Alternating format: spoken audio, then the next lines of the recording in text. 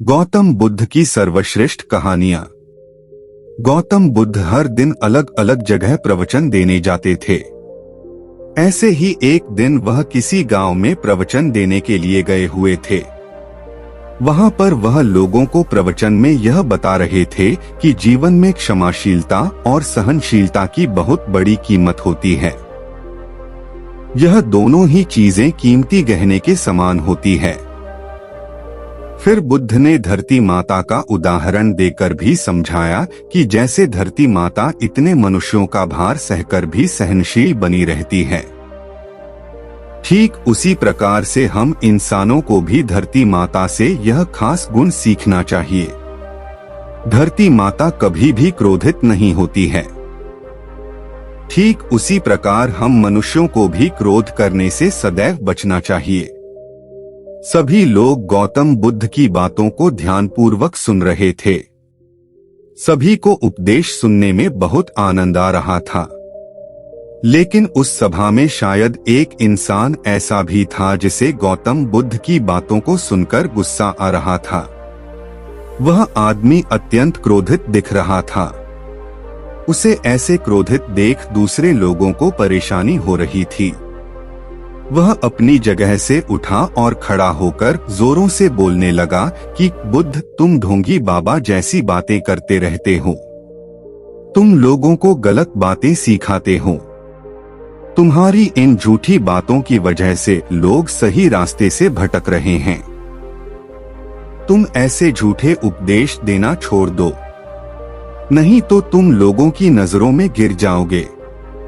जो तुम बातें बताते हो ना, वह बातें इस माने में बिल्कुल भी मायने नहीं रखती। उस व्यक्ति की ऐसी अपमानजनक बातों से बुद्ध को बिल्कुल भी बुरा नहीं लगा। बुद्ध तो अब भी सौम्य चेहरे के साथ हंसते हुए प्रवचन देने में व्यस्त थे। बुद्ध ने मन ही मन सोचा कि वह व्यक्ति कोई भटका हुआ युवक है।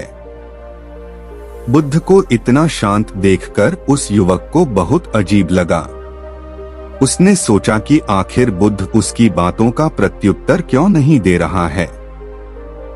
अब उसे बुद्ध पर बहुत गुस्सा आने लगा। उसने अपनी बात दोबारा दोहराई, लेकिन बुद्ध ने इस बार भी कोई जवाब नहीं दिया। इस बार तो मानो जैसे वह क्रोध की आग में जल उठा।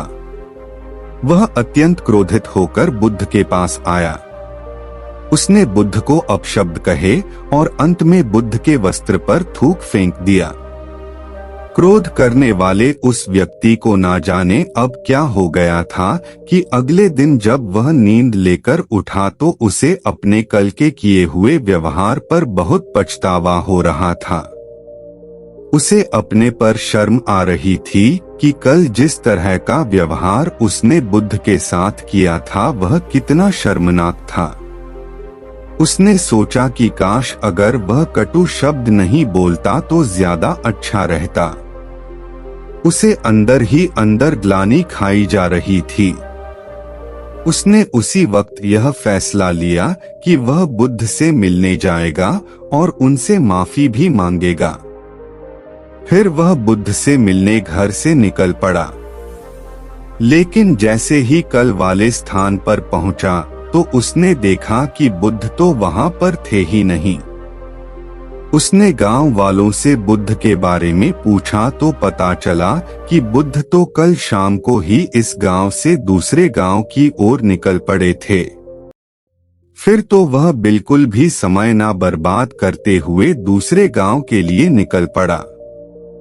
दूसरे गांव पहुंचकर वह सीधे ही बुद्ध की सभा में शामिल होने के लिए पहुंचा। फिर जैसे ही बुद्ध का उपदेश खत्म हुआ वह तेजी से भागता हुआ बुद्ध के चरणों में गिर पड़ा। उसने बुद्ध से अपने किए हुए बुरे बर्ताव की माफी मांगी। बुद्ध ने कहा, उठो वत्स, तुम मेरे चरणों में ऐसे क्यों गिरे हुए हो? और सबसे पहले तुम यह बताओ कि तुम हो कौन? मैं तुम्हें पहचाना नहीं। उस व्यक्ति ने रोते हुए कहा, गुरुजी, क्या आप सच में मुझे नहीं पहचाने? मैं वही व्यक्ति हूँ जिसने आप पर कल थूका था।